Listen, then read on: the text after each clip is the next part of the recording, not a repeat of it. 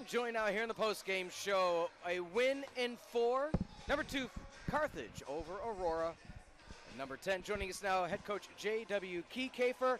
Coach, had him on the ropes. First 2 sets, they showed their strength in set number 3. What happened in set number 4 to be able to finish the job?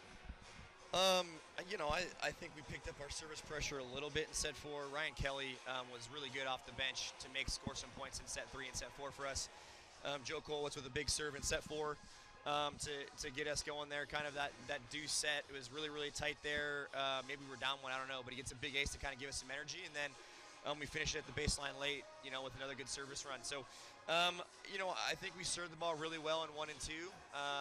And then our service pressure went way, way downhill in 3 and 4, and they were in system all those 2 sets. They hit 400 and 480 there because we couldn't get them off the net. Their setters were comfortable and they were able to score. So we just got to do a much better job of bringing our consistent service pressure and pace with the spin servers and find ways to get people off the net. I thought the middle there, Amar Brzovic, was unreal there in sets 3 and 4. We couldn't stop him. We just had to serve him out. So much better service pressure in 4, I thought, especially late. We made some really big digs in 4. Austin Mallory was unreal in all 4 sets today with his backcourt defense all over the place. I thought Ryan Bartz was incredible in middle back, and Owen Hendricks is just a rock back there digging a lot of balls. On top of that, I think Ben Heiss had a really nice match in the backcourt.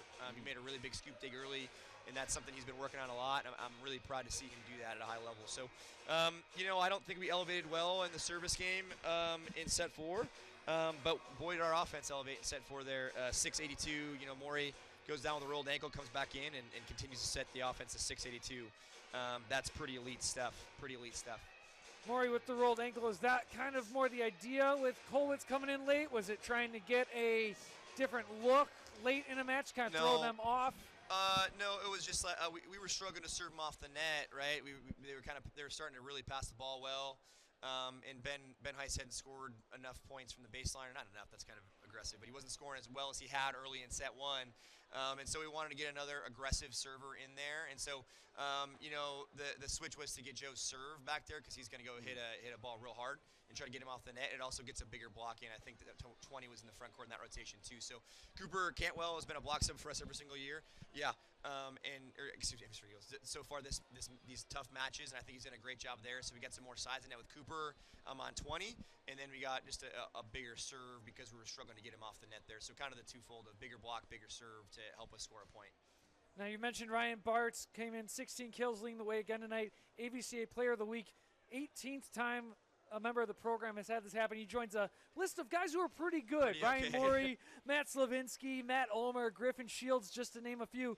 What has him coming into the program meant so far on the offensive and the defensive end, as we saw him make almost one of the most incredible defensive plays I've ever seen tonight? Yeah, he's really bought into backcourt defense and really digging the ball well. He's a pretty special athlete. He's up high. We haven't jump tested him because he was pretty beat up in the fall. She's definitely over 11.7, somewhere 11.8, 11.9, up over the block. Really nice arm, pretty physical. And he just gives us somebody that you have to stare at all the time, right? And I think that's what has allowed Hudson to be really offensive as well, is because he's right next to Ryan Bartz, and he can just score a lot of points with nobody looking at him. And, I think the offense is really balanced with Morey today. You mentioned that Morey was National Player of the Week. I think, 16 from Bartz, but 9 from Huddy, 11 from Ben, and 12 from Hendricks. That's where, balance comes from and where you can keep the offense humming. But Ryan Bartz just gives us an option for people to look at all the time. And even when you send a double at it, he's over the top scoring points. So he's a pretty special kid. That dude loves volleyball. He loves being a part of something special.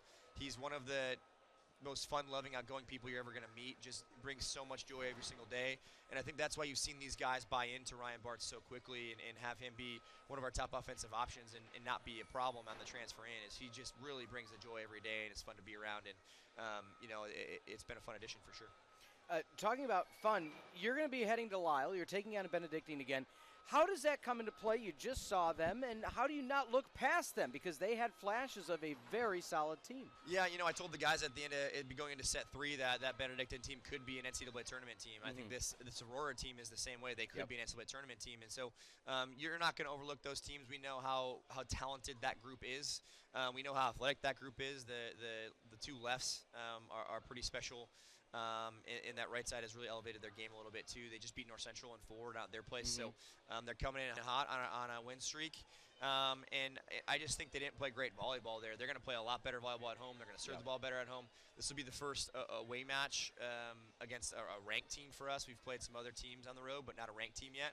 And I guess Benu's not ranked, but I really think they're going to be late. Yeah. So it's gonna be a good challenge for us. Today was a great challenge for us, and I think we stepped to it big time in the fourth set to take some punches and punch back and just keep believing in what we do at a high level. So, we got a quick turnaround. I think we got a lot of guys beat up, so we're going to have to figure out how we want to manage those situations in the next 2 days to make sure we're more healthy for Benu.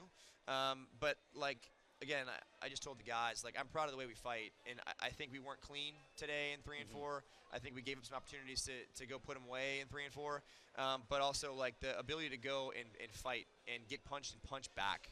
Stand up, punch back, and fight.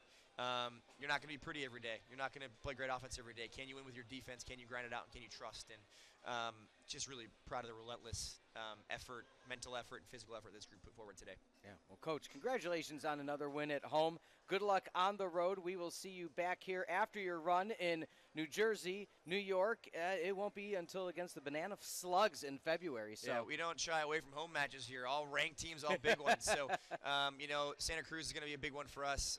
We're going to, put out a whiteout for that match, trying to incentivize some students to be here. We got a lot of T-shirts to give out for that match, so all the students get some free T-shirts. Probably got 150, 200 of them to give out for that night to be loud and rowdy. I think they're a top 10 team in the country, so another one of these matches. But yeah, thanks guys. Great win for us tonight. Go Birds. Absolutely. Thank you, Coach. Justin, any thoughts on what Coach had to say as we kind of recap on what he had to say? And I think there's a lot of importance that his team needed to be deliberate and they needed to be